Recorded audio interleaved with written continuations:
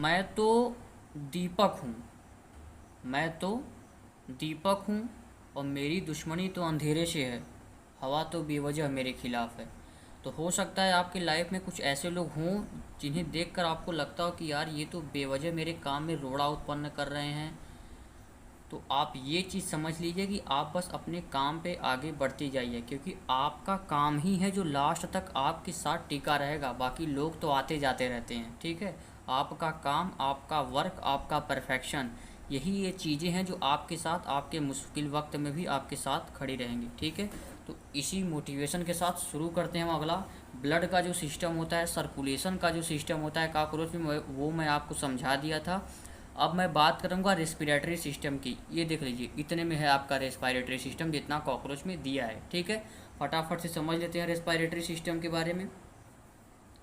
आपको ये वर्ड देखने को मिलेगा कि स्पाइरेकल्स क्या होता है। अभी जैसे मैं समझा रहा हूँ बस आप वैसे समझिए, अपने से पढ़ेंगे तो दिक्कत हो जाएगी। स्पाइरेकल्स क्या होता है सबसे पहले आप वो समझिए। ट्रैकिया जहाँ आके ओपन होती है, स्पाइरेकल्स ऐसे होल हैं जहाँ ट्रैकिया आके ओपन होती है। हमारे में भी ट्रैकिया है, कॉकरोच में भी ट्रैकिया है। हमारा ट्रैकिया कहाँ ओपन होती है, ऐसे हमारी ट्रैकिया आती है लंग्स में ओपन हो जाती है। ऐसे हमारी ट्रैकिया आती है लंग्स में ओपन हो जाती है। वैसे ही कॉकरोच का जो नेटवर्क ट्रैकिया है, तो एक नहीं, वहाँ नेटवर्क ऑफ ट्रैकिया है। हमारे पास तो एक ही ट्रैकिया है ना, वहाँ ढेर सारे ट्रैकियाज हैं। वो जिस होल में आके खुलती हैं उस होल को स्पाइरेकल्स कहते हैं। उस होल को स्पाइरेकल्स कहते हैं। ये रेगुलेट होते हैं स्फिंक्टर के द्वारा। इन्हें रेगुलेट करने के लिए स्फिंक्टर्स पाई जाती हैं, ठीक है। जो ट्रैकिया है वो क्या है, स्पाइरेकल तो समझ गए, ट्रैकिया जहाँ आके ओपन होती है। अब जो ट्रैकिया है वो ऐसा ट्यूब है जो ट्रैकियोल्स में सब डिवाइडेड होता है। सब डिवाइडेड मतलब ये एक ट्यूब हो गया, इसमें से ढेर सारी छोटी छोटी ट्यूब निकल जाएँ तो वो सब डिवाइडेड हो जाएंगी। तो सब डिवाइडेड ट्यूब में ट्रैकियोल्स, ट्रैकिया सब डिवाइडेड होता है ट्रैकियोल्स में।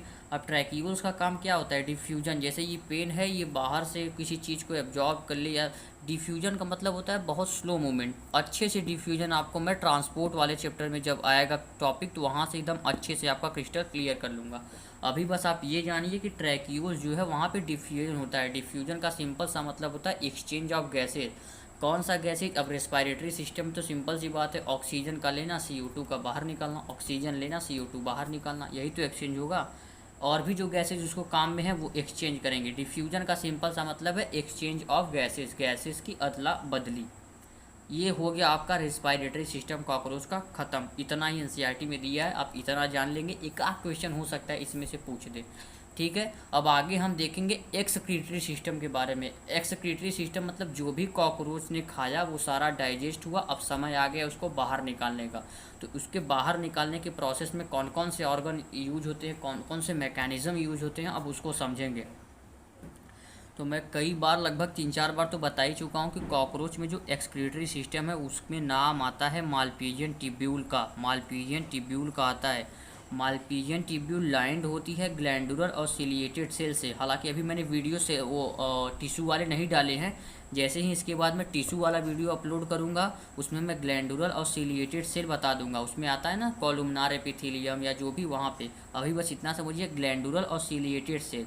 ग्लैंडुलर इन द सेल्स की, ग्लैंडुलर मतलब जो सेक्रीशन करे, ग्लैंड ही सेक्रीशन करता है, तो ग्लैंडुलर मतलब ऐसा सेल जो सेक्रीशन करे उसे ग्लैंडुलर सेल कहते हैं, ठीक है। ये करते क्या है ग्लैंडुलर, ये एब्जॉर्ब करते हैं नाइट्रोजन वेस्ट को, कन्वर्ट करते हैं यूरिक एसिड। जैसे हम लोग अपने एक्सक्रीशन में, हम लोग टॉयलेट में जाते हैं, हम लोग जिसे मिक्चुरेशन कहते हैं बायोलॉजी के टर्म में, तो हम लोग जब टॉयलेट के लिए जाते हैं तो हमारे टॉयलेट में क्या निकलता है, यूरिया।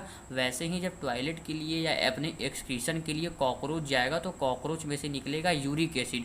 अब ये यूरिक एसिड बना कहाँ से, यही जो ग्लैंडुलर और सिलिएटेड सेल है वो नाइट्रोजन वेस्ट को एब्जॉर्ब करके उसको यूरिक एसिड में कन्वर्ट कर देती है। जो सबसे ज़्यादा पानी वाले जीव हैं वो अमोनोटेलिक होते हैं, मतलब वो अमोनिया का रिलीज करते हैं। उससे कम पानी वाले हम लोग आ गए टेरेस्ट्रियल में, तो हम लोग यूरिया का करते हैं। जो सबसे कम पानी वाले होते हैं जैसे इंसेक्ट्स वगैरह, वो यूरिक एसिड का एक्सक्रीशन करते हैं, ठीक है। उसी को यूरिकोटेलिक भी कहते हैं। यूरिक एसिड का एक्सक्रीशन मतलब यूरिकोटेलिक। क्या और भी ऐसे ऑर्गन हैं जो एक्सक्रीशन में पार्ट लेंगे? मालपीजियन टिब्यूल तो मेन पार्ट है, मैं समझ गया। क्वेश्चन अगर आ जाएगा मेन पार्ट क्या है तो आप मालपीजियन टिब्यूल को हिट करेंगे। क्या और भी कोई पार्ट है? जैसे हमारे में किडनी तो मान लो रोल प्ले करता है, लेकिन और भी तो कुछ पार्ट है जो प्ले करते हैं, जैसे स्वेट ग्लैंड हो गई हमारे में जो पसीने को बाहर निकालती हैं, और हम लोग CO2 को बाहर निकालते हैं अपने रेस्पिरेशन के थ्रू। तो एक्सक्रीशन मतलब होता है बाहर निकालना वो उस चीज़ को जो आपके बॉडी में उसकी ज़रूरत नहीं है या आपके बॉडी को वो नुकसान पहुंचा सकती है, बॉडी चाहती है कि इसे जल्दी से जल्दी बाहर निकाल दे, इसी को एक्सक्रीशन कहते हैं। तो और भी पार्ट हैं एक्सक्रीशन में जो पार्टिसिपेट लेते हैं कॉकरोच के अंदर, वो है फैट बॉडी, नेफ्रोसाइड, यूरिकोज ग्लैंड। मतलब हमने पहला आपको एक्सक्रीशन बता दिया मालपीजियन ट्यूब्यूल, ये पहला है, नंबर डाल दिया मैंने। दूसरा आप फैट बॉडी ले लीजिए, तीसरा नेफ्रोसाइड्स ले लीजिए, चौथा आपका यूरिकोज ग्लैंड। ये चार चीज़ें हैं जो एक कॉकरोच के अंदर एक्सक्रीटरी सिस्टम में हेल्प करेंगी। ठीक है, आगे बढ़ते हैं। ये लो जी, नर्वस सिस्टम आ गया। हमने रेस्पिरेटरी सिस्टम, एक्सक्रीटरी सिस्टम ख़त्म कर लिया, अब नर्वस सिस्टम। इसको ज़्यादा लंबा नहीं बनाऊंगा, नर्वस सिस्टम के बाद ख़त्म करता हूँ। बस एक पार्ट और बचेगा छोटा सा, कुछ 6 या 7 मिनट का पार्ट बनाऊंगा, जिसमें मेल और फीमेल रिप्रोडक्टिव सिस्टम का, क्योंकि उसमें काम आता है पूरा डायग्राम वगैरह दिखाने का ना, तो अलग वीडियो बनाऊँगा तो ज़्यादा अच्छा रहेगा। अब हम बात करेंगे नर्वस सिस्टम के बारे में। नर्वस सिस्टम मतलब ब्रेन और उससे रिलेटेड, जिससे उसका न्यूरॉन का काम सारा हो, वो है नर्वस सिस्टम। अब एक वर्ड आप सुनेंगे गैंग्लिया। गैंग्लिया क्या है? गैंग्लिया होता है fused in series to form nervous system. Ganglia है इसके नर्वस सिस्टम को बनाती है। हमारे नर्वस सिस्टम को कौन बनाता है? न्यूरॉन। न्यूरॉन ही तो बनाएगा एक ह्यूमन बॉडी के नर्वस सिस्टम को। कॉकरोच में गैंग्लिया जो है वो आपस में एक सीरीज में अरेंज होके ऐसे ऐसे ऐसे ऐसे सीरीज में अरेंज होके फ्यूज करके नर्वस सिस्टम बनाती हैं कॉकरोच में। Joint on the ventral side और पेयर लॉन्गिट्यूडनल कनेक्टिविटी, ये आप याद रखेंगे किस साइड में होती है, ये वो कंफ्यूज कर देंगे। वेंट्रल की तरह डॉर्सल दे देंगे, आप कंफ्यूज हो जाएंगे। तो वेंट्रल साइड में ये ज्वाइंट होती हैं बाई पेयर्ड सिंगल नहीं, पेयर्ड लॉन्गिट्यूडनल कनेक्टिविटीज़। ठीक है, और गैंग्लिया के बारे में कुछ हम जान सकते हैं। 3 गैंग्लिया इन थोरैक्स, 6 इन एब्डोमेन। ये देखिए बहुत ही इंपॉर्टेंट चीज़ है, 3 इन थोरैक्स, 6 इन एब्डोमेन। अब आप कैसे याद रखेंगे? टी से टी मिला लीजिएगा। 3 में टी आ रहा है, थोरैक्स में टी आ रहा है। 3 में टी आ रहा है, थोरैक्स में टी, मतलब 3 जो हैं 3 गैंग्लिया जो हैं वो थोरैक्स में पाए जाएंगे, 6 गैंग्लिया 6 गैंग्लिया जो हैं वो एब्डोमेन में पाई जाएंगी। अभी क्वेश्चन उसमें आता है कि क्या हो अगर कॉकरोच की गर्दन को काट दिया जाए। एक आदमी के गर्दन को काट के आप बाहर कर देंगे तो आदमी लगभग कितने देर जिंदा रहेगा यार? कुछ ही मिनट या कुछ ही सेकंड जिंदा रहेगा वो, उसके बाद मर जाएगा, क्योंकि एक मेन पार्ट न्यूरॉन का कंटेन करता है एक ह्यूमन बॉडी। लेकिन कॉकरोच में ऐसा नहीं होता।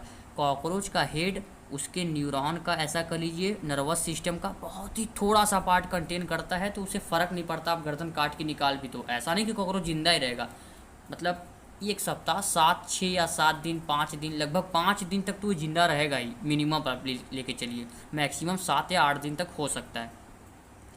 तो वही ये लिखा है कि cut the head of cockroach, एक कॉकरोच का सर काट के अलग कर दीजिए। Live as long as 1 week because he's contain little part of nervous system. वो कम से कम 1 सप्ताह तक जिंदा रहेगा, बिकॉज उसका सर जो है, उसका हेड पार्ट जो है वो छोटा सा पार्ट नर्वस सिस्टम का कंटेन करता है, इसलिए काटने के बाद भी बहुत ज़्यादा फर्क पड़ने वाला नहीं है। कॉकरोच के ब्रेन को सुप्रा इसोफेगल गैंग्लियन कहते हैं। सुप्रा इसोफेगल, सुप्रा मतलब बहुत ज़्यादा, जो सुपीरियर, ऐसे समझिए आप। तो सुपीरियर आपके बॉडी में, किसी भी ऑर्गेनिज्म के बॉडी में ब्रेन ही तो होगी, उसी से तो सारा काम होगा। अब इसके बारे में क्या दिया? Supply nerves to antenna and compound है। ये जो सुप्रा इसोफेगल गैंग्लियन है या जो ब्रेन है वो नर्व्स को सप्लाई करती है, एंटीना और कंपाउंड है। मैंने बताया था एंटीना जो है वो मॉनिटर को वो करती है, मॉनिटर को इन्वायरमेंट को मॉनिटर करती है, इन्वायरमेंट को एंटीना मॉनिटर करती है। मतलब अब जब ब्रेन ही साथ नहीं देगा तो मॉनिटर करके करेगी क्या? मान लो देख लिया कि कोई आदमी उसे पैर से मारने आ रहा है कॉकरोच को, लेकिन ब्रेन जवाब ही नहीं दे रहा है कि वहाँ से भागो, तो फिर ये भाग पाएगा कॉकरोच? नहीं ना। इसीलिए सुप्रा इसोफेगल गैंग्लियन जो ब्रेन है वो सप्लाई करती है नर्व किसको? एंटीना और कंपाउंड आइज को। सेंस ऑर्गन इसमें से कौन कौन से हैं? एंटीना है, आइज है, मैक्सिलरी पार्ट्स है, लेबियल पार्ट्स है, एनल सरसाई है। ठीक है, जो आइज है वो 2000 हेक्सागोनल ओमाटीडिया कहती है। अब मोजैक विजन समझिए, हम किसी भी चीज़ को ऐसे नॉर्मली देख लेते हैं, कॉकरोच ऐसे नहीं देखता। कॉकरोच को अगर ये पेन देखना है कॉकरोच को, तो इसके 2000 टुकड़े करके आपस में जोड़ेगा, उसके बाद वो समझेगा कि अच्छा भाई ये पेन है, इसके 2000 टुकड़े करेगा। इसी को मोजैक विजन कहते हैं। एक प्रकार का काइंड ऑफ विजन है, देखने का तरीका है, इसी तरीका को मोजैक विजन कहते हैं। ठीक है, ये मोर सेंसिटिव होता है, लेस रिजोल्यूशन होता है। ये जो मोजैक विजन है एक ही बार में अच्छे से पहचान लेता है। अब डायोसियस का मतलब क्या होता है? डायोसियस का मतलब अगर एक ऑर्गेनिज्म में एक ही चीज़ होगा, या तो ये फीमेल होगा या तो ये मेल होगा, ऐसे समझिए, ठीक है। या तो ये फीमेल होगा या तो ये मेल। अगर मोनोशियस कर दिए तो एक ही पेन, जैसे ये एक ऑर्गेनिज्म है, पेन को कोई ऑर्गेनिज्म, कोई जीव मान लीजिए, अगर मेल रिप्रोडक्टिव पार्ट और फीमेल रिप्रोडक्टिव पार्ट, इसमें अगर मैं ह्यूमन बॉडी में बताऊं तो मान लीजिए कोई ऐसा ह्यूमन बॉडी है जिसमें पेनिस भी पाई जा रही है, वजाइना भी पाई जा रही है, तो उसको मोनेशियस ह्यूमन कहेंगे। आपको समझाने के लिए मैंने बताया। ये डायोसियस का मतलब एक बॉडी में केवल एक ही, या तो आपके पास पेनिस हो या तो आपके पास वजाइना हो, या तो आप औरत ही बन जाओ या तो आदमी ही बन जाओ, इसी को कहते हैं dioecious. Male and female are different body, ठीक है। यहाँ तक आपका क्लियर हुआ नर्वस सिस्टम। एक पार्ट और बनाऊंगा जिसमें रिप्रोडक्टिव सिस्टम, उसमें मेल का अलग आपको अच्छे से पूरा याद करा दूंगा, फीमेल का अलग आपको अच्छे से पूरा याद करूंगा विथ एनसीईआरटी डायग्राम। मैं डायग्राम काट के लाऊंगा, आपको समझाऊंगा कि कैसे वो कंफ्यूज करते हैं एग्जाम में, ये चीज़ किस चीज़ का स्ट्रक्चर है, फिर वो कंफ्यूज हो जाती है, बहुत घना सा डायग्राम है, ठीक है। तो मिलते हैं अपने नेक्स्ट लेक्चर में, तब तक के लिए स्टे हेल्दी, स्टे सेफ, बहुत बहुत नमस्कार।